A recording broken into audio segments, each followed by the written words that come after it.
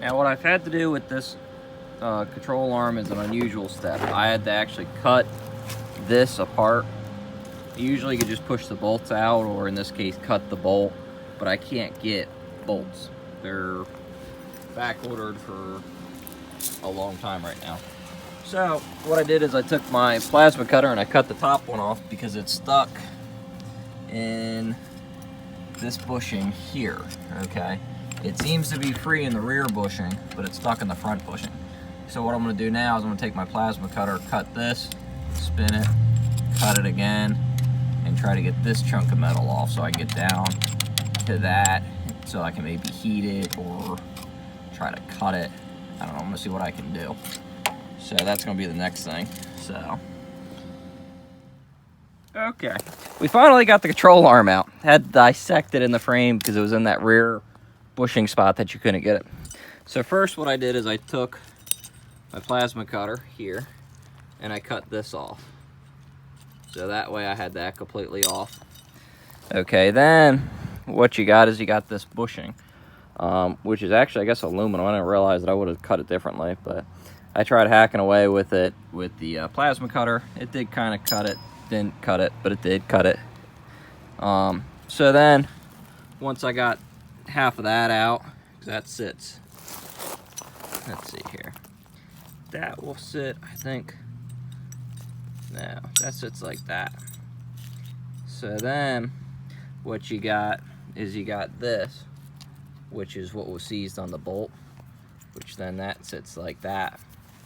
So, you got a cone shape that sits in. It's hot, so I'm gonna try to, everything's hot from cutting it.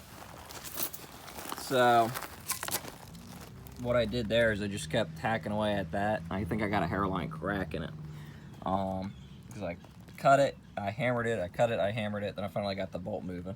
So I got the bolt out without damaging it. If you guys have an oxyacetylene torch, you could have done that with that too, but I just used my old plasma cutter. So, but it works good. It cuts stuff. So, so now we can continue on. I'm going to go ahead and get my tripod out and set that up, and I'm going to continue on with putting the rear control arm back on. All right, we got the old control arm removed. We're going to go ahead and start putting back in the new control arm and get that back and installed, so then I could start hooking up everything. So that way maybe I can get this all back together here. So now we got the old one out, so we can go ahead and do that. Yep, bushings seem all okay and everything else. That's, you know, got a bushing, so we're gonna go ahead and put it back together and get it done.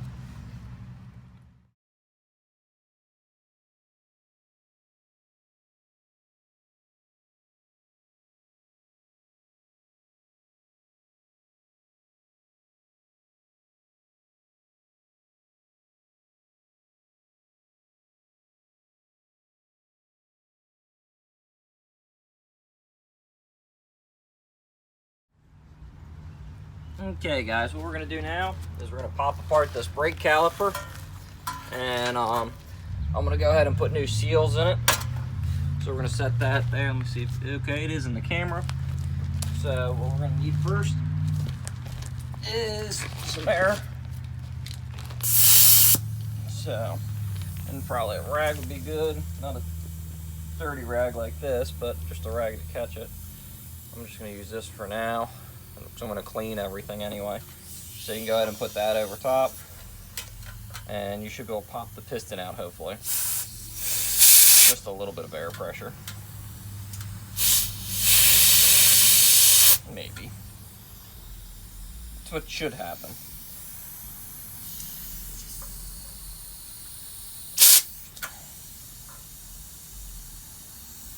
But that is not happening here, so.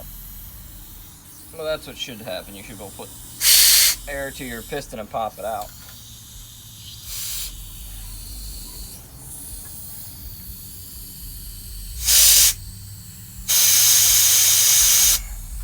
So that does not seem to be happening like it should be. So we're gonna have to fall back and regroup and try to pop this apart another way. Might have to get a, let me find a better air chuck where I can get a better air seal, and we'll be back to it.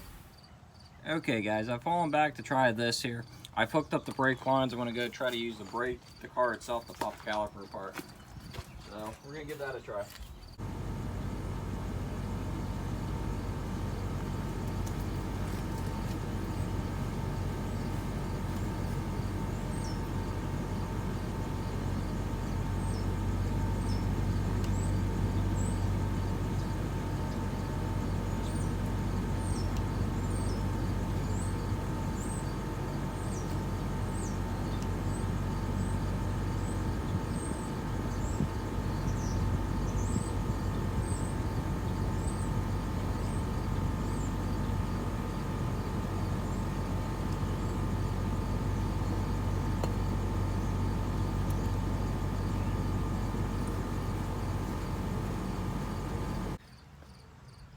Okay, it seems like I did get it apart by using the vehicle's braking system.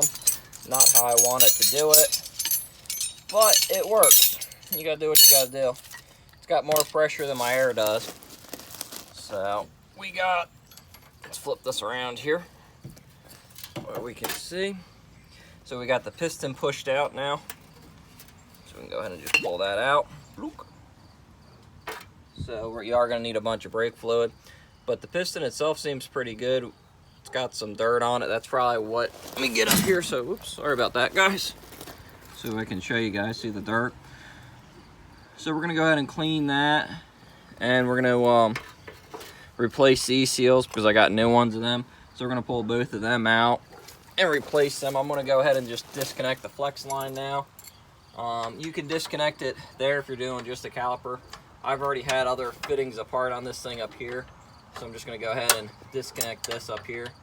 Because when you take the banjo bolt out, you might have to replace the seals. You should replace the seals. So I've already had it apart up here at the line. If you take it apart at the line, you run the risk that the line is seized and you're going to break the line. It's one of the risks you run. But like I said, I've had this apart here because I was doing the control arm. So we're just going to put a paper there. I'm going to go ahead and move all this over in the light so then you guys can actually see what I'm doing better. Alright, I've ordered the brake seal kit, which is this guy here. It's by TRW. I got it from, where did I get this stuff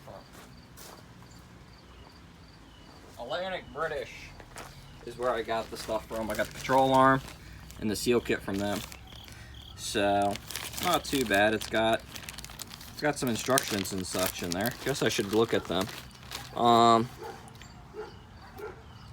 So you got your grease for your pins.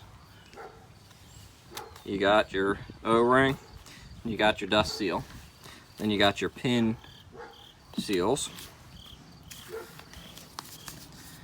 They do, I believe, give you breakdown instructions, all that stuff. For those that don't know what you're doing, please read them and do the instructions like it says, because that's what you should do. So, yep. So, anyway, as being a guy, you know what I think? There it goes. Oops. Right in the brake fluid. There goes the instructions. So anyway, we're going to take this. We're going to just set it on my paper for right now. Tilt that out. Get that out of there. And we're going to set this here. I'm going to grab my little flat plate from over here. So we can go ahead and pop that out of there. Like that. Throw that. Let's just throw that there because we don't need that now. We're going to go ahead and pop this other seal out of here. We don't need that either. And we're going to get this seal out of here. If I can get it out. You should probably replace your piston because your piston may be screwed up. I don't know what the case was here, but I'm going to go ahead and pop all this apart. I don't know if it's an O-ring issue, a seal issue.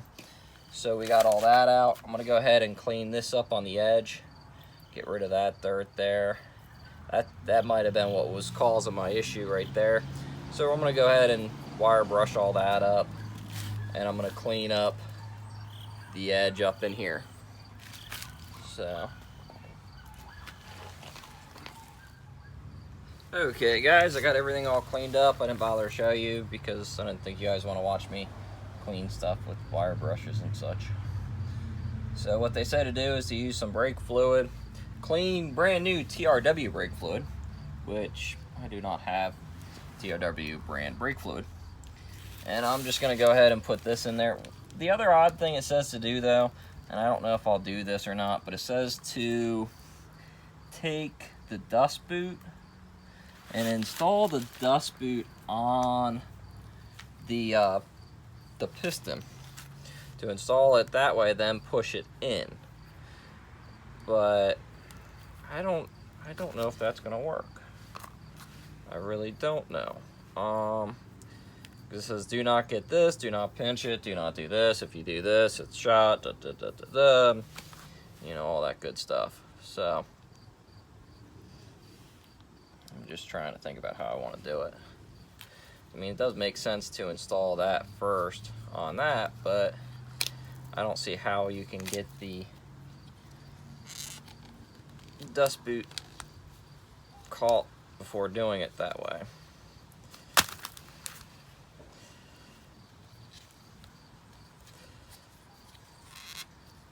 Because you got to slide that around and see, it just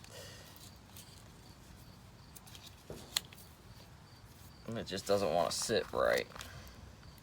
So I think what I'm going to try to do is I'm going to try to install this first in there, and then I'm going to go ahead and push that in. Then I know it's all caught in the lip right.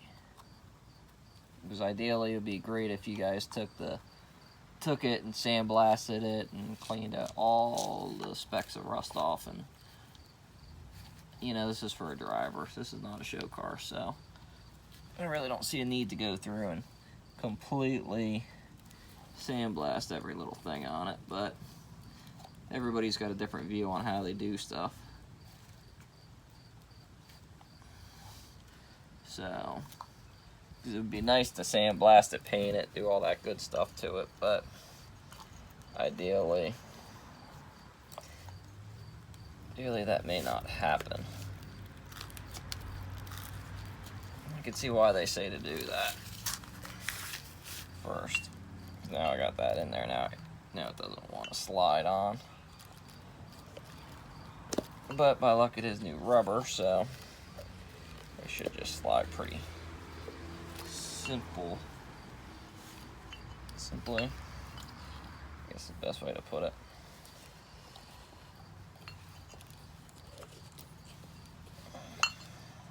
So I don't know. You guys can figure out how to do it yourself if you want to do it like the instructions say to do it, and then just do it that way, which that would work pretty good, probably.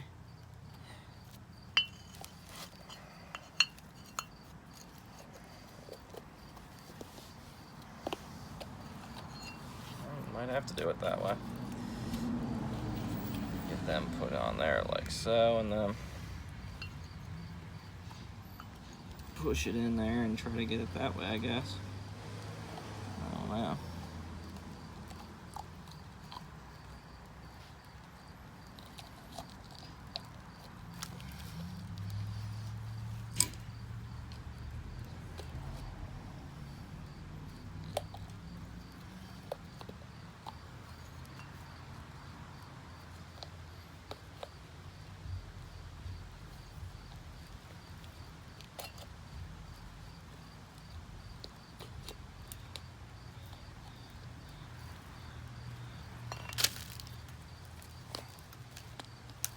Probably easier said than done, I guess. See, it wants to keep popping it out. That's what it wants to keep doing. So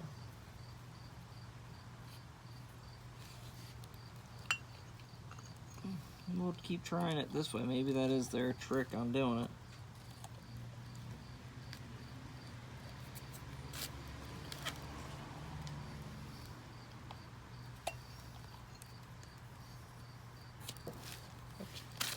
See, it either wants to pop one way or the other way, so.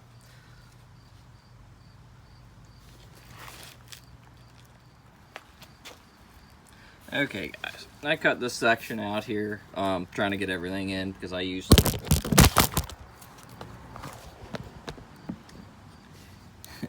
some interesting words.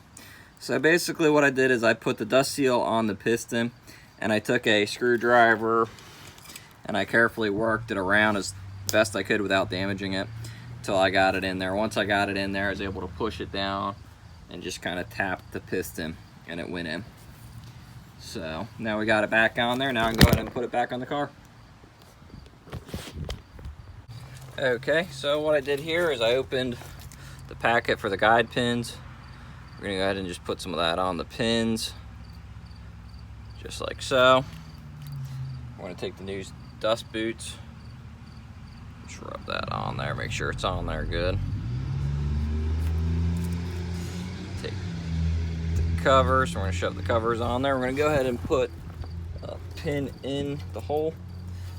So I'm gonna go ahead and get the boot on there, hopefully. Okay, moves freely. We're gonna go ahead and take the other pin, put it on there. You should probably wipe it off. I got some other grease on here, but wipe some of it off because I do see some other dirt. So you go ahead and put a bunch on there. This helps lubricates it and the pins slide, so that way they don't get stuck. So you want to make sure you got them coated good. Take the new dust boot, and we're going to shove that down on there. Just kind of go there. Take this other pinhole. We're going to get this boot hopefully on there like the other one. You want to make sure to get your boots clipped so you can keep moisture out of your guide pin holes, because that will seize up a caliper too. Make sure they move freely, which they do. Set that there because I got to put that back on, but that's going to be after we get this caliper back on. We got both pads on there, so we're good there. So we can go ahead and take this caliper and we're going to just slide the caliper on top. We're going to take the bolts that bolt the caliper on, put them in there to hold the caliper. We're going to do that on the other one. That way the caliper stays and doesn't fall. And then you're gonna have to hook up your brake line. I'm gonna take this off. We're gonna shove this back through this hole here, which it looks like it needs to go. The flat is just like that. So we're gonna set that just like that. We're gonna go ahead and get this line started before I do anything else. We're gonna take this and we're just gonna set that there. And we're going to go ahead and put this clip on there to hold the line in place. If I can stop dropping the clip.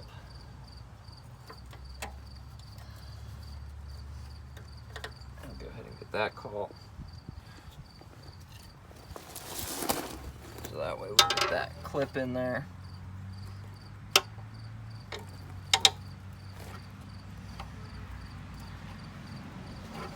Might need a pair of pliers for that, but so we're going to go ahead and just tighten up the line right now while we're doing this to keep brake fluid from leaking all over the place. Get this line tightened up.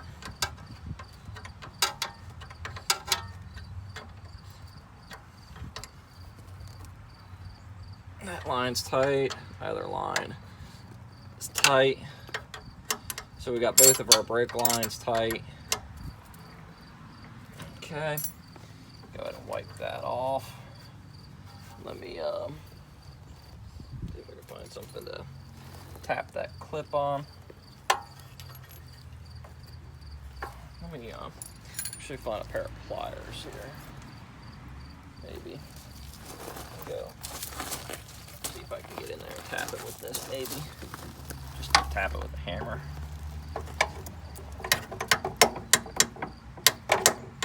That seems to be getting that clip on there.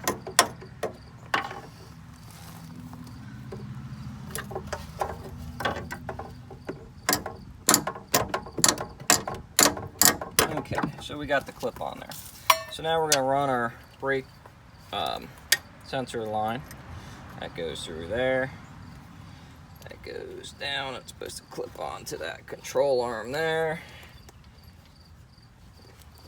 Right in there like so. And then it will clip onto our brake bleeder like so, but we're going to leave that loose right now. Then it gets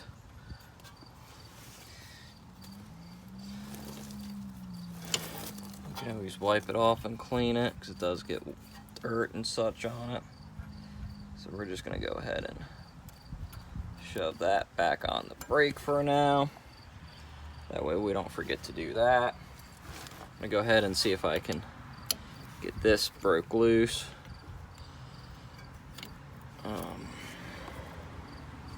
Be this way, like that. Okay. So we're going to break that loose right now. And that would be a good time if you had a helper. You gotta have somebody press and do the brakes while you're bleeding it, so that way you can get the air out of it. So I'm going to go from there and see what I can do with this. So that's how you pull the caliper off, rebuild it, bleed it, and also change your upper control arm. Now you should go take it and get alignment done if you did the control arm.